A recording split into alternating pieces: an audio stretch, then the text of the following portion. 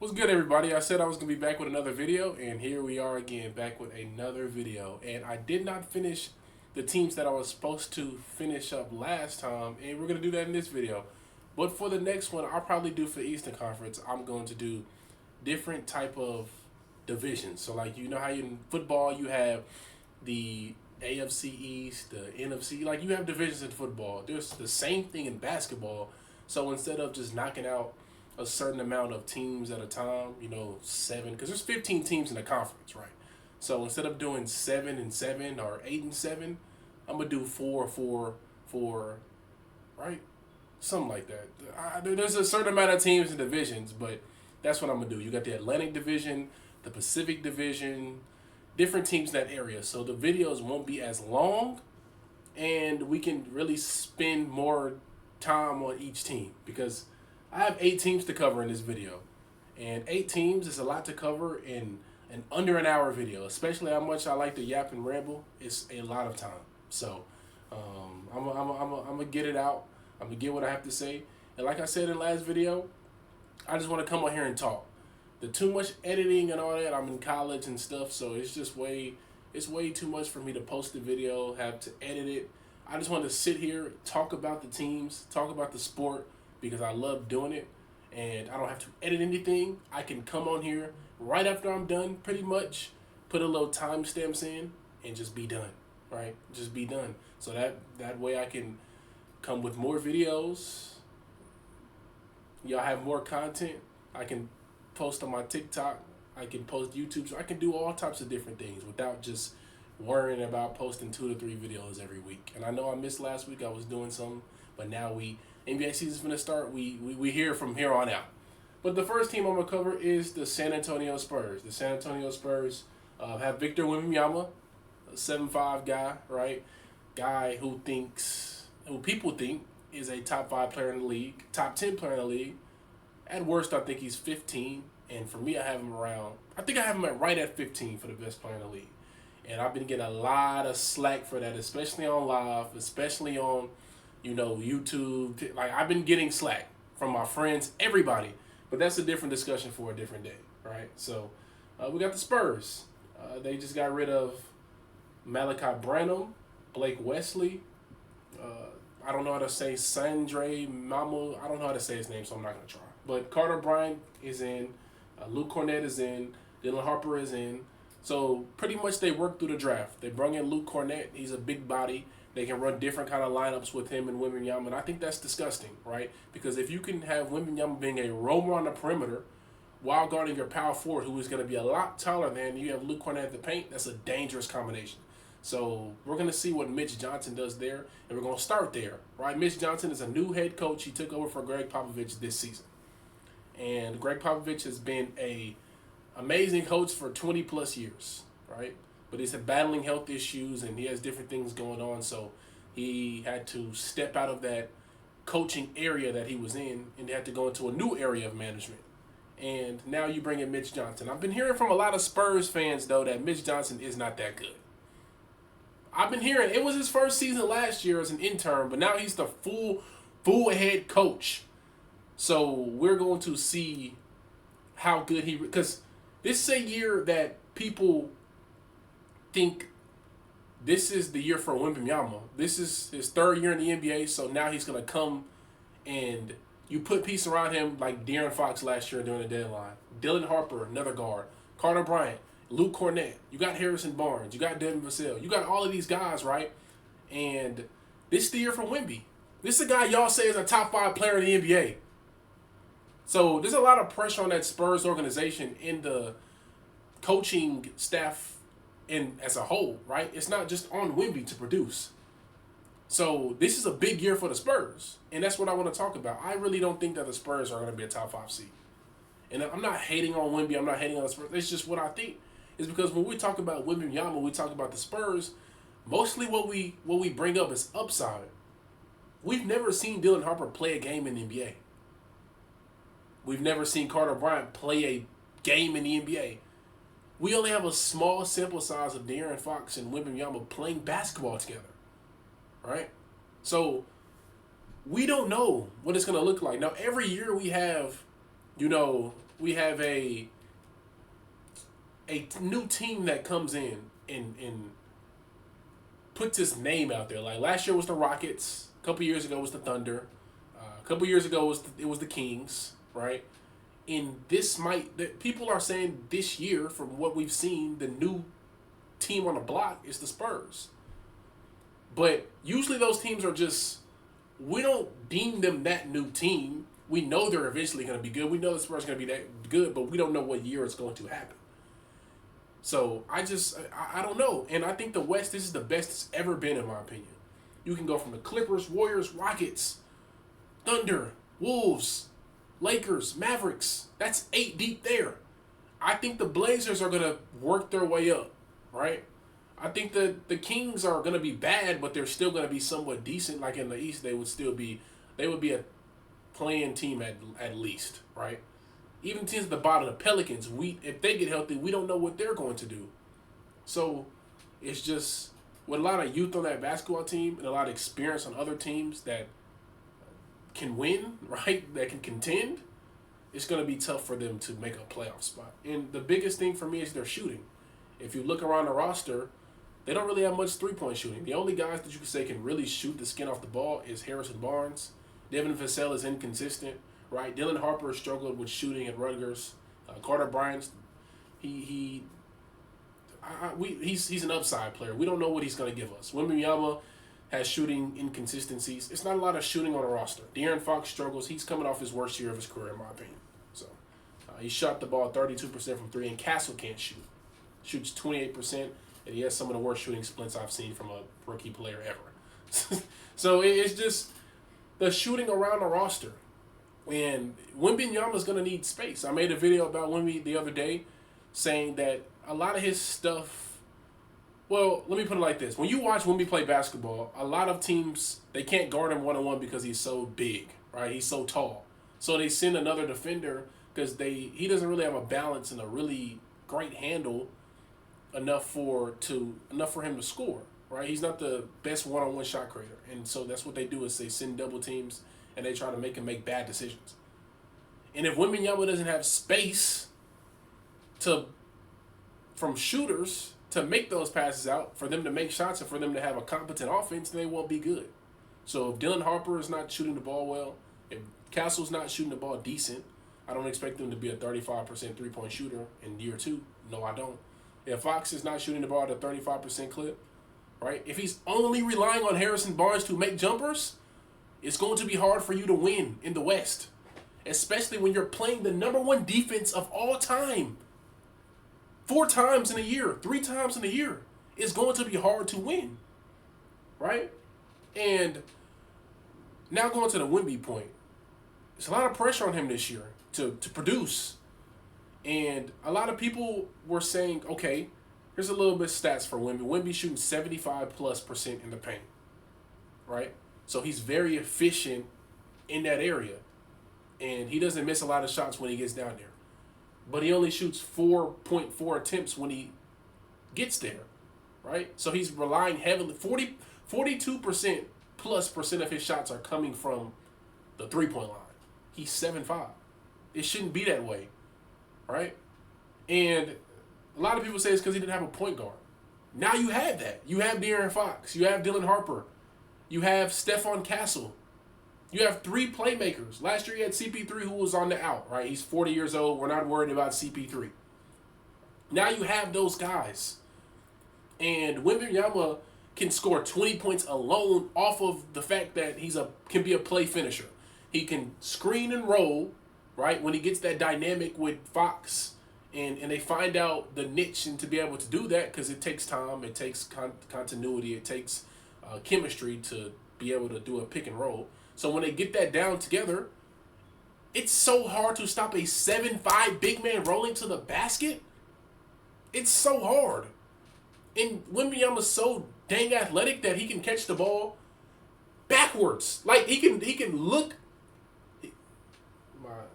My light turned off, so I'm gonna edit that part out. But like I was saying, he can catch the ball up here, right, out of the pick and roll, and slam it backwards. That's how athletic he is.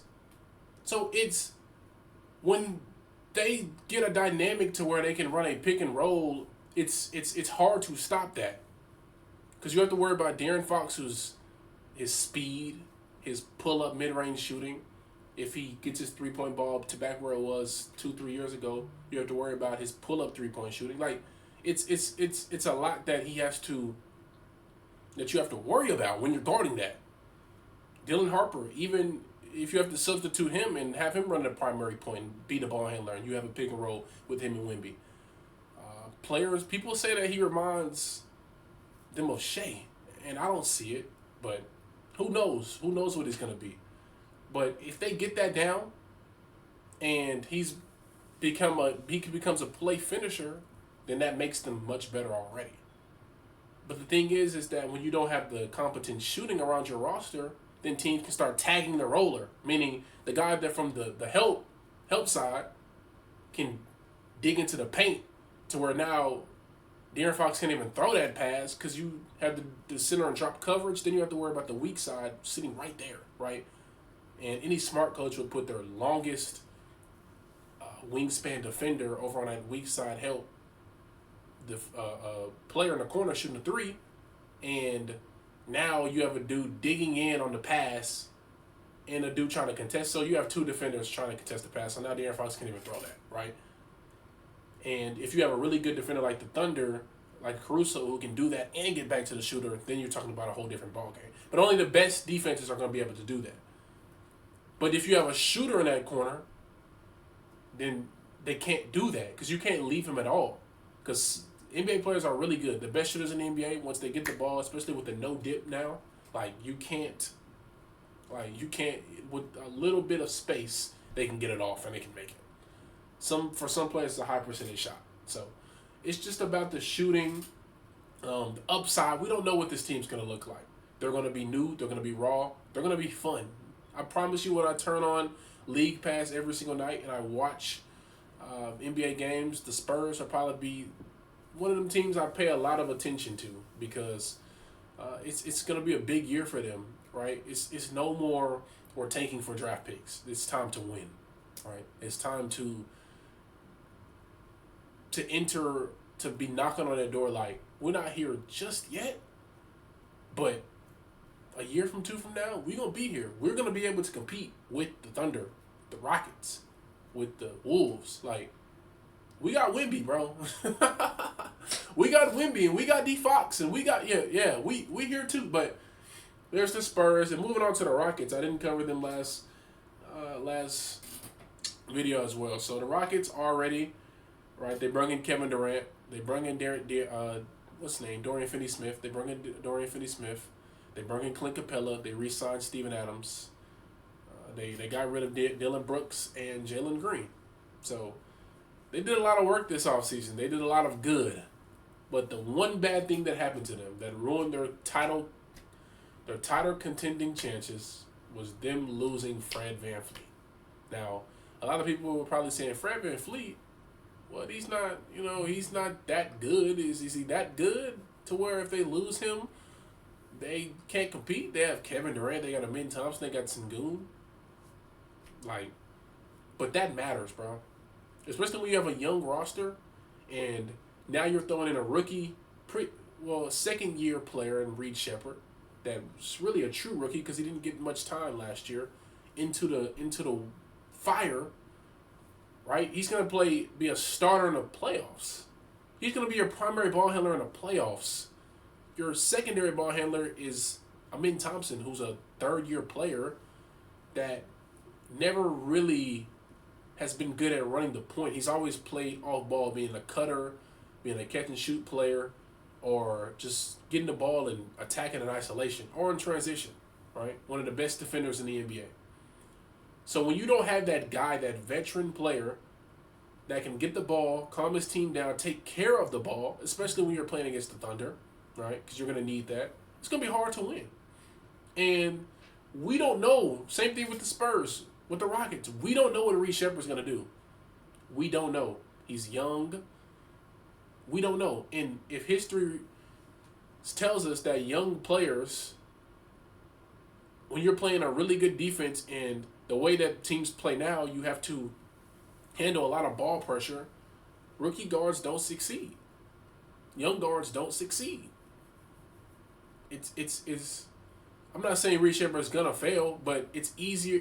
If we're going by history, history says it's more likely for him to fail than be very good. Now, he could be very good, and the Rockets could still go to the NBA championship. But then you're questioning how good do you think Kevin Durant is? Kevin Durant is, to me, the best catch and shoot scorer in the NBA. 3-pointers. He shoots about 2.2 to 2.8 a game, somewhere in there, and he makes 45% of his 3-point catch and shoot shots. So if you look at the Rockets last year, they were a really good defense. They were a really good transition team. They were a really good rebounding team, but they could not shoot the damn basketball. Couldn't shoot it. So you bring in Kevin Durant, you get a pretty much the best catch and shoot player in the NBA besides Karl-Anthony Towns and Norman Powell. You pretty much get that. You get a guy who is going to be efficient no matter where he plays basketball. Right? He's Kevin Durant. What do he say when they talk about Pat? I'm Kevin Durant. Like, he's going to be great no matter where he goes. He's super portable. Right? So, already, he's going to match Dylan Brooks and Jalen Green's production already in itself. You keep Tari Eason, you re-sign Jabari Smith Jr., you bring in DFS, who gives you another rangy wing who can play defense, who can make 3-pointers, right? You bring in another big man. When you really didn't need it, you have Steven Adams, and they love to run that double big lineup. So they're just infested with depth around the whole entire roster. But the Fred VanVleet injury just hurt them. But they're gonna need to get that from Sengun. And from what I've been seeing from Sengun is a leak is incoming. So the Rockets, that spaceship they got for that logo, it's finna land. It's finna land with Sengun. Because Sengun is finna take off. He's finna take what I seen in not just what was it called? The Eurobasket. Not just the Eurobasket, but in preseason, he looks like a completely, totally different player. He just had, I think it was 13 assists in a preseason basketball game. He only played 3 quarters, and it wasn't even the full third quarter. It was half of the third quarter. He had 13 assists in 3 quarters. He's been making 3-point shots. He's been finishing around the basket. He's been playing defense. Sengun has been playing actual defense, really. As a shot blocker, he looks good.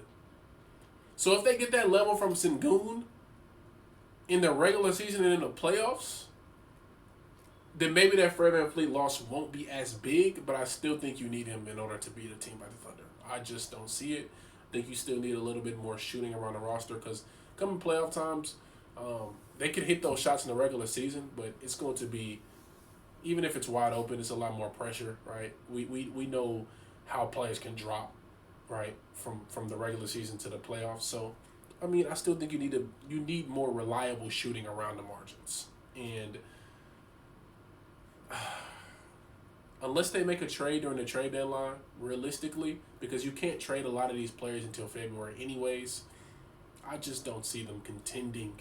But I see them being a high seed, though, right? Amin Thompson's going to have a good year. Like I said, Sengun's ready to take off. Kevin Durant, you add him in, you get rid of Dylan Brooks and Jalen Green, he'll match their production by himself. And Reed Shepard, I think in the regular season, he'll play really well. He has very nice hands. If a lot of people, if you've never seen Reed Shepard play, right, you would think that he's a little scrawny guard who can't defend. He can defend really well. He has good instincts. He plays passing lanes really well. If he gets himself in mismatch situations, he knows what to do because he knows to swipe down and get a steal. He can really shoot the cover off the basketball. That's what he can do really well. It's just, can he manage a basketball game? In the playoffs, when a guy is guarding you 94 feet down the floor, and you have to run an offense. KD's not going to do it. Sengun, he's not Jokic, but he can do it somewhat. Amin, I don't trust him just yet. And I'll make a video on, it's a question for me. that how good do we think Amin Thompson is, right? How good do we think he's going to be in the future? I'll make a video on that. That's a different question. But unless they make a move in the trade deadline, I can see them being a high seed, but I don't see them contending for a championship this year unless they get Fran VanVleet back, which they probably won't. So, yeah, it's sad for you Rockets fans. You were looking really, really good. I thought you had a really good chance to compete, but the Nuggets, the Thunder are just a little bit too much for y'all. So, moving on to the Clippers. The Clippers did a lot of work this offseason. A lot of work. They got Bradley Beal, brought in John Collins. They brought in Brook Lopez. They brought in Chris Paul. And they took out Amir Coffey, Drew Eubanks, Norman Powell. And the biggest question for them is what's Kawhi going to do? Is he going to be healthy? You got the scandal going on. Is he going to be there for the whole entire year? What's going to happen with Kawhi? Now, I feel like the reason why they brought in so much depth is because they seen the way James Harden played last year. He was an all-star. He carried them when Kawhi was out. And if we give Kawhi all these pieces and we give him a legit number 2 scorer, even though Norman Powell was that last year, he still got injured towards the end of the year. But now Bradley Beal can maybe supply that need, and we just build around the margins. So you give John Collins, who could be a perfect pair next to James Harden. He could be a perfect pair, right? We see the way that he played, and I know it's a long time ago, with Trae Young. James Harden loves to throw those lobs. He loves to get a pick-and-roll player, right? He loves to have that. And he hasn't had that since probably Joel Embiid. They ran a lot of isolation with James Harden. He went back to them Rockets days because he didn't really have a pick-and-roll player that he can, run with. Now he has that player. He has John Collins. And that's what I see them doing. They're just building around James Harden because we don't know what Kawhi's going to do. And I know it doesn't sound good to build around how old is James Harden? About 34, 35-year-old guard. But, I mean, you're bringing in experienced guys who are a little bit older. You bring in Brook Lopez, who you have a legit big man off the bench. That was a piece they were lacking when Zubac went off the floor in that Nuggets series. They had Nicholas Batum running the 5. Like, they did a good job, but it's like, really? Like, we were running Nicholas Batum at the 5. We need a backup big ASAP. So they addressed that need. You bring in Chris Paul, who can legit run the offense when James Harden's off the floor. He's a little bit older, so I want to see what he does, but, I mean, they didn't have that last year either. So they added a lot of what they needed, and I like that, right? I'm hearing Tyronn Lue saying Bradley Beal needs to return to an all defensive caliber player. I've never seen that from Bradley Beal. I don't know where he got that from, but hopefully Bradley Beal can become more 3-and-D because I don't think he's in that area where he's just a scorer now. He hasn't been that since probably 21, 22, about 4 or 5 years ago. So maybe he can just flip his brain like Randall did last year and say, I'm going to be more 3-and-D. I'm going to go and really defend. I'm going to really lock in on my defense. I already know I can shoot the ball. I know I can shoot, and I know I can score. So when my opportunity comes, I'm going to maximize it. But I'm going to put defense first. And I trust Tyronn Lue to get that out of Bradley Beal. I really do, because I think Tyronn Lue is a really good head coach. I really do. So there's the Clippers. Don't want to spend too much time on them because they're a huge question mark. They're a huge question mark, and we don't. I like what position they're moving in. They want to build around James Harden because they don't really have a young piece to build around. You can't build around Zubac. He's a center.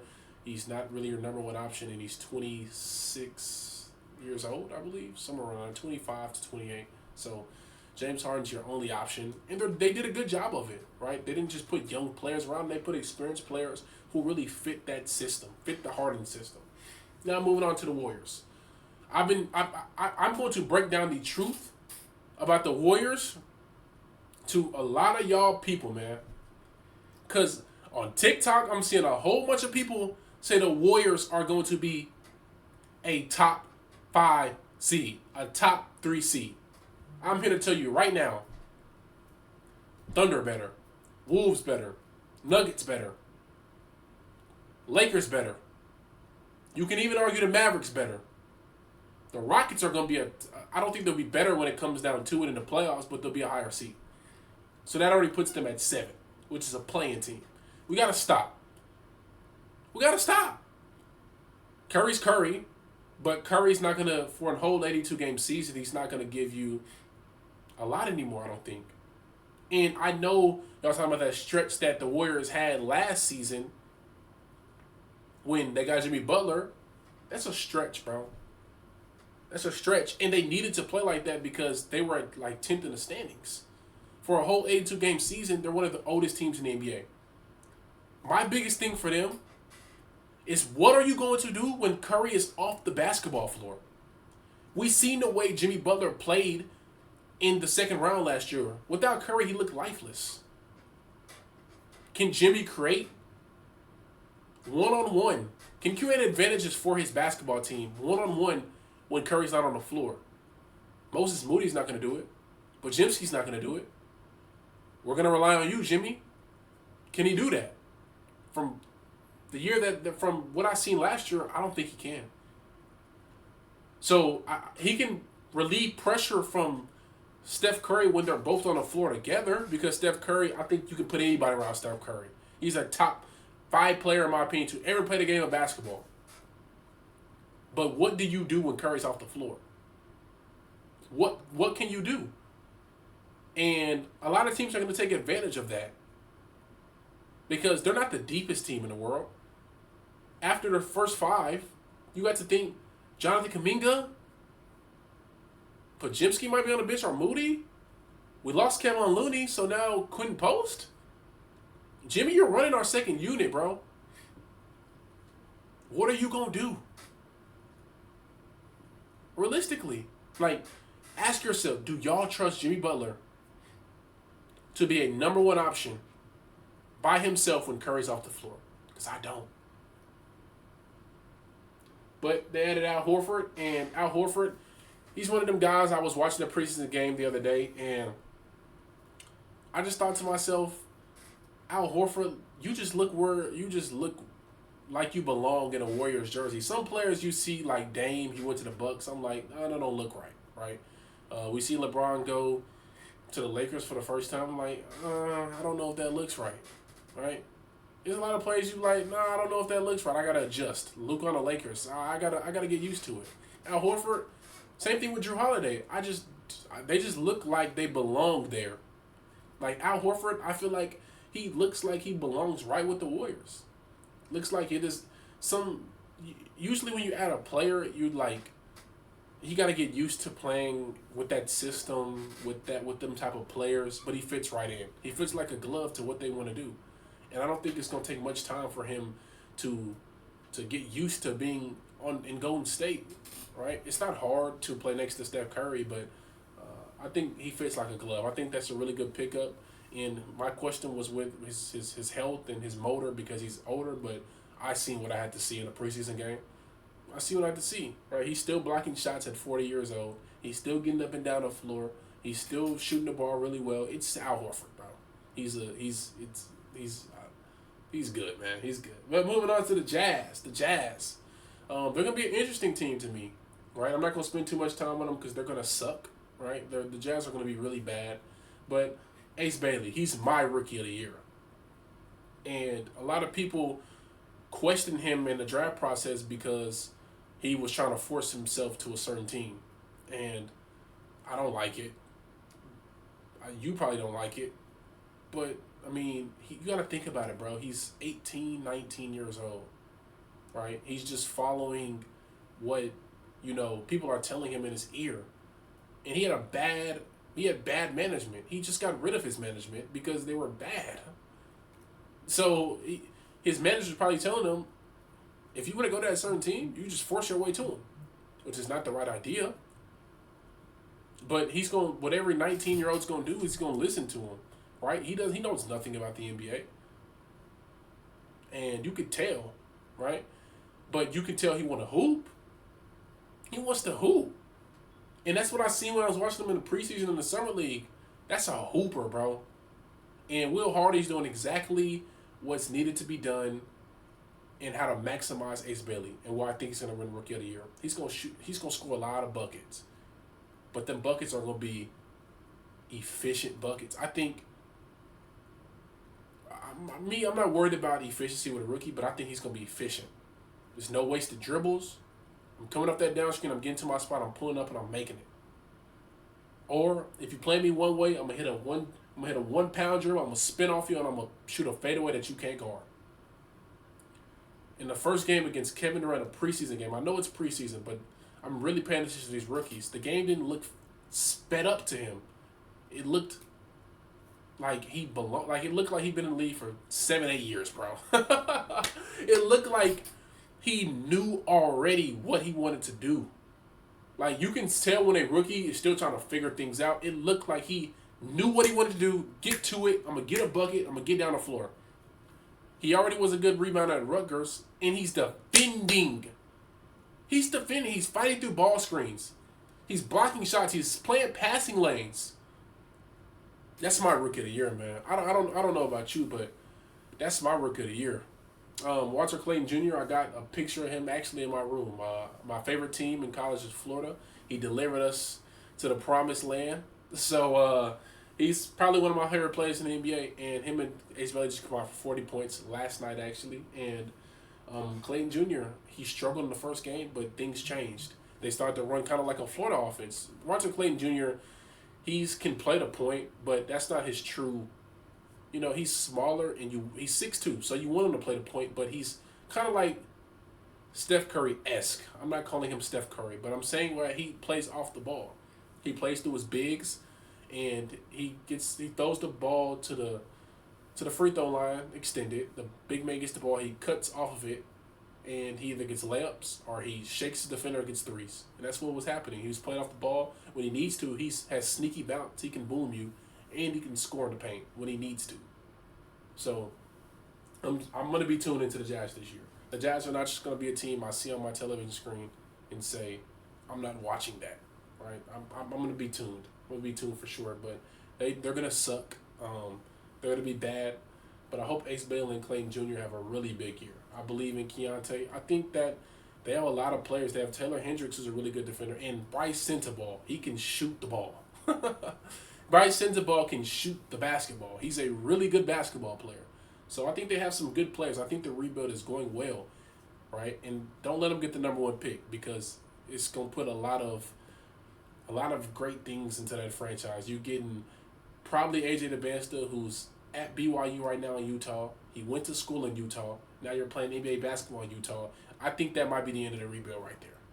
So credit the Jazz. They're doing a lot of good things. I think they have a good coach, and they're doing some good things. Moving on to the Thunder.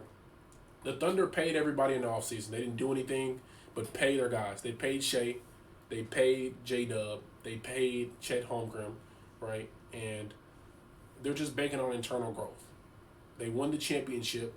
And the biggest thing that I want to see from them is just J-Dub getting better, Chet getting better, Shea getting better.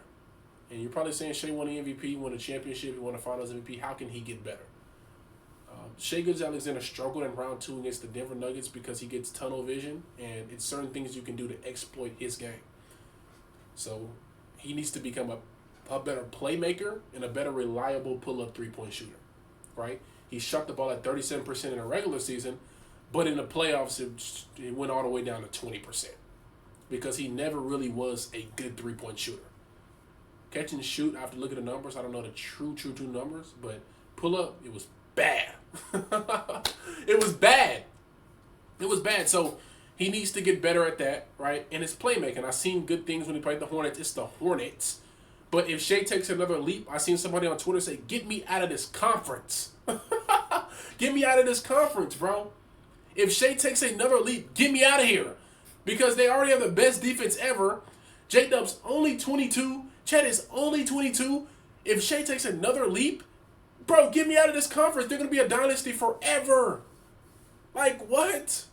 They already have a haul full of draft picks. 1,000 draft picks. Get me out of this conference. If your team is playing in the Western Conference and Shea takes the leap he needs to, if J-Dub gets better, I know he's coming off that hand injury. He's yet to start shooting with his right hand, and that's a concern for me. But if Chet learns how to shoot the ball and create off the dribble just a tad bit, and Shea takes a leap, it's raps. It's raps. They're going to win again this year. Next year, I don't know what they do with Isaiah Hartenstein and Queso might want to get paid, but they have the draft picks to replace. It's over. It's over. Especially with the second apron and teams not having a ton of picks, not having a ton of money. It's over, bro. It's over. It's over. And if we really think about it, Giannis wants to, and we'll talk about that more when we get to the Eastern Conference, but Giannis might want to get traded if, the Bucks season don't start well. They get out to a start they did last year. And if that happens, people got to realize the Thunder can ruin basketball. They can ruin basketball. They can make it to where the majority of people will never watch basketball again. Literally. I'm like, the Thunder can actually do that if they wanted to. I don't think they should because I love the game and I want to watch the game and I want it to be competitive, but they can ruin basketball. They can literally go get Giannis if they wanted to, and it's just the nature of the Thunder, man. This is probably one of the best rebuilds we've ever seen in the history of rebuilds, bro. They're good. They're good. Thunder fans, you can sit back, relax, and have nothing to worry about for the next 5 years. Unless the next team we're going to talk about is the Nuggets. Unless Shea doesn't take that leap, J-Dub's struggling with his hand injury, and Chet doesn't get better, and the Nuggets win the NBA championship. The Nuggets. They bring in Jonas Valanciunas. They bring in Cam Johnson. They bring in Bruce Brown. They bring in Tim Hardaway. They bring in a lot of players, man. They got rid of MPJ. And they've done... to me, they had the best offseason out of everybody, right? Jonas Valanciunas can be an actual reliable backup big for Jokic. Jokic was top 5 in minutes per game, and he's Jokic. But if you can have Jokic be his best in the fourth quarter, and you can play spot minutes with Jonas Valanciunas and still, score, because they didn't do that last year, then that just makes the Nuggets massively better, right? It moves me because we know the on-off numbers with Jokic. When Jokic's on the floor, they have like a 120 plus, like the best offense rating ever. When Jokic is off the floor, they don't score the ball. It's bad. It's one of the worst one of the best on-off differentials we've ever seen. Right? We know the numbers, and they addressed that issue in a great way. Bruce Brown won a championship. He was a key piece to the championship run a couple years ago, right? He's back on a vet minimum. So he shot the ball 35%. A couple years ago, he shot the ball 35% last year with the Pelicans. So he's been shooting the ball decent. He's been shooting the ball good, about league average. Cam Johnson. To me, he's better than MPJ. You shedded $17 million for a better player. He's a better fit next to Jokic. He's not going to make bad decisions with the basketball like MPJ. He's going to be more reliable than MPJ when it comes to health, right? I think he's more durable, even though he has his injury issues himself, but I think he's more durable, right? MPJ's had seasons where he hasn't played one game. He came into the league injured with his back issues and stuff like that. So Cam Johnson's more reliable, right? I think they're around the same shooter. I think that MPJ is, he's a better contested shooter, but Cam Johnson, when he gets the ball in his hands, is going to make better decisions.